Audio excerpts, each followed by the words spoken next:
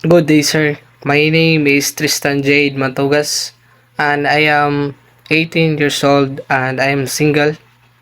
I am from Simbalan, Buena Vista, Agusan del Norte, and I graduated of Bachelor of Science in Marine Engineering from St. Joseph Institute of Technology. I am a hardworking, responsible, and motivated individual who is eager to grow professionally. During my studies, I developed strong technical skills, especially in welding and basic mechanical works. And also, I am experienced in driving at 10-wheeler trucks, which helped me become more disciplined, alert, and responsible, especially when it comes to safety and holding heavy equipment.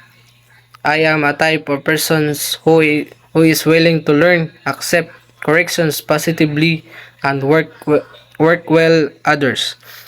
And I will value I value to teamwork, and I respect and dedications in the workplace.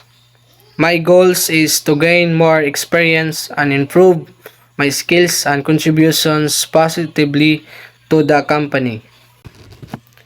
You should hire me because I have both techniques skills and I write to attitude for the job. I have a practical skills and welding and driving heavy vessels which can be useful to the company.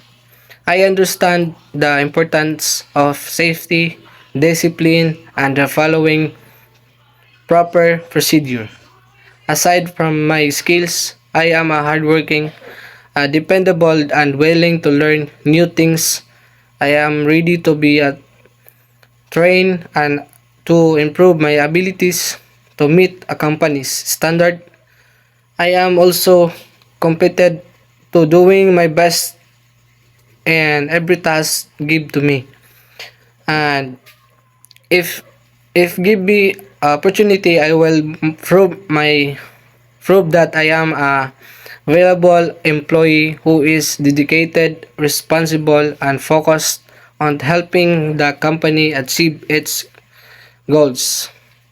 Thank you.